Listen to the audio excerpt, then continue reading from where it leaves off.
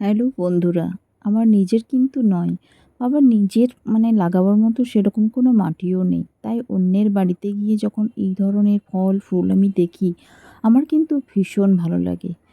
তো আমার বাড়িতে সেরকম কোনো জায়গা নেই যে আমি গাছ লাগাবো।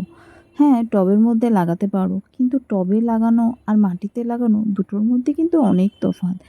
তো আমি যেখানেই যাই বা যাদের বাড়িতেই যাই তাদের বাড়িতে যদি এইরকম গাছের মধ্যে ফুল ফল ধরে থাকে, আমার কেন জানি না ভীষণ ভালো লাগে।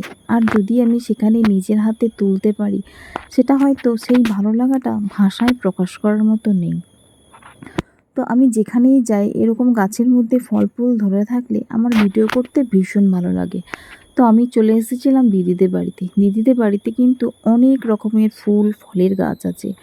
তো এই যে দেখো জবা গাছটা আমার পেছনে দিদিদের বাড়িতে কিন্তু অনেক রকমের জবা আছে, যেমন লাল, সাদা, হলুদ, গোলাপি। আর দেখো গাছে কত বড় বড় লঙ্কা ধরেছে। লঙ্কাগুলো কিন্তু ভীষণ ঝাল ছিল। আর আমার তো ভীষণ ভালো লাগছিল এই রকম গাছের মধ্যে যখন লঙ্কা ধরেছিল। তো যাই হোক, মনটা হচ্ছিল যে গাছের মধ্যে দু একটা লঙ্কা আমি তুলে খাবো। ভালো লাগলে ভিডিওটা অবশ্যই তোমরা দেখো।